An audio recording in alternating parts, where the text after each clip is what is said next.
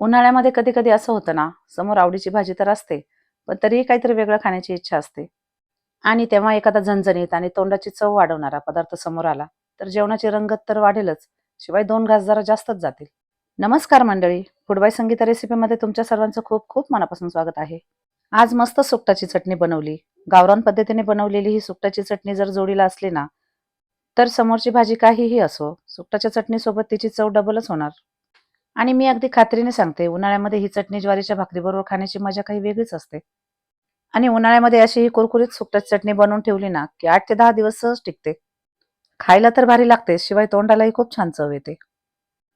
चला तर मग 8 ते 10 दिवस टिकणारी, जेवणाची चव वाढवणारी सुकटाची चटणी कशी बनवायची ते पाहूया. तर सुकटाची चटणी बनवण्यासाठी इथे मी 100 ग्रॅम सुकट घेतली. सुकट आपल्याला चाळणीने चाळून घ्यायचे आहे. सुकटामध्ये बऱ्याच प्रमाणामध्ये माती, कचरा असतो. सुकटाची चटणी बनवताना नेहमी काय करायचं, सुकट जर तुम्हाला शक्य असेल तर 1 तास उन्हामध्ये ठेवायची. उन्हामध्ये ठेवल्याने काय होतं, त्यातील दमटपणा, हलकासा जो वास असतो तो निघून जातो. आता आपल्याला ही सुकट भरपूर पाण्यामध्ये धुवून घ्यायची आहे. अशा पद्धतीने हाताने चोळून घ्यायची आणि त्यानंतर एखाद्या चाळणीवर काढून घ्यायची. कधी-कधी काय होतं, सुकटमध्ये काही खडे सुद्धा येतात. त्यामुळे अशा पद्धतीने रुळून घ्यायचे आणि वरचेवर सुकट काढून घ्यायची.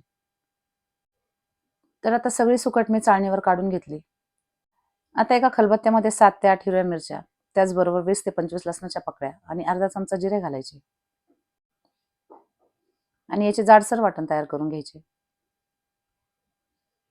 आता हे वाटण मिक्सरमध्ये वाटले तरी चालते, पण खलबत्त्यामध्ये किंवा पाट्यावर याची चव जरा भारीच लागते. हे वाटण आपल्याला जास्त बारीक नाही करायचे, थोडे जाडसरच ठेवायचे आहे. आता चटणी बनवण्यासाठी गॅसवर एक पॅन गरम करायला ठेवला. त्यामध्ये थोडे तेल घातले.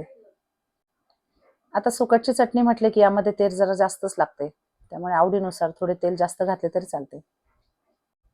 आता यामध्ये धुवून घेतलेली सगळी सुकट घातली. सुकट आपल्याला मस्त परतून घ्यायची आहे. सुरुवातीला 1 ते 2 मिनिटे गॅस मोठा ठेवायचा आणि एकसारखी सुकट परतून घ्यायची. आणि 2 मिनिटानंतर गॅस कमी करायचा आणि पुन्हा 2 मिनिटे कमी गॅसवर सुकट परतून घ्यायची. अशा पद्धतीने अगदी सुटसुटीत होईपर्यंत आपल्याला सुकट परतून घ्यायची आहे. आता काय करायचं, जे वाटण आपण खलबत्त्यामध्ये कुटून घेतलं होतं ते सगळं यामध्ये घालायचं.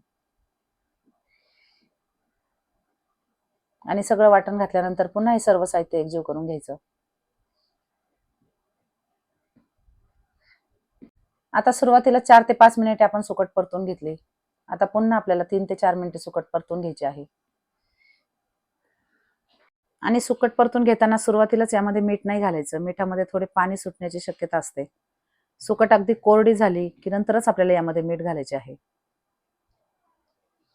तर तुम्ही पाहू शकता सुकट छान सुटसुटीत होईपर्यंत परतून झाली आहे. आता यामध्ये चवीनुसार मीठ घालायचं आणि सुकटामध्ये मीठ थोडं कमीच घालायचं. मीठ घातल्यानंतर पुन्हा 1 मिनिटभर सर्व साहित्य एकजीव करून घ्यायचं आणि त्यानंतर त्यामध्ये कोथिंबीर घालायची. कोथिंबीर घातल्यानंतर छान एकसारखे मिश्रण आपल्याला परतून घ्यायचे आहे. आणि आता ही चटणी जर तुम्हाला थोडी जास्त करायची असेल तर यामध्ये अर्धी वाटी शेंगदाण्याचा कूट घालायचा. आणि जर शेंगदाण्याचा कूट घातला तर पुन्हा 1 ते 2 मिनिटे चटणी छान परतून घ्यायची. आणि अशा पद्धतीने अगदी सुटसुटीत होईपर्यंत, कुरकुरीत होईपर्यंत ही चटणी आपल्याला परतून घ्यायची आहे. तेव्हाच ती चटणी 8 ते 10 दिवस सहज टिकते. आणि कुरकुरीत आणि झणझणीत अशी सुकटाची चटणी तुम्ही बाजरीच्या भाकरीबरोबर, चपातीबरोबर, ज्वारीच्या भाकरीबरोबर खाऊ शकता. आणि 8 ते 10 दिवस टिकते, त्यामुळे प्रवासात सुद्धा तुम्ही चटणी नेऊ शकता. उन्हाळ्यामध्ये काय होतं ना, रोज काहीतरी वेगळं खाण्याची इच्छा होते, पण रोज-रोज तरी काय बनवायचं? त्यावेळेला अशी चटणी जर तुम्ही बनवून ठेवली, तर प्रत्येक भाजीबरोबर तोंडी लावायला घ्या. कुठलीही भाजी असली तरी तुम्हाला या चटणीमुळे ती भाजी सुद्धा खायला भारी लागेल. एखादा आजारी माणूस जरी असेल ना, त्याला ही चटणी जर तुम्ही तोंडी लावायला दिली, तर त्याच्या सुद्धा तोंडाला चव येईल आणि तो सुद्धा 2 घास जरा जास्तच खाईल. तर मंडळी तुम्हाला ही झणझणीत सुकटाची चटणी कशी वाटली हे मला कमेंट करून नक्की सांगा.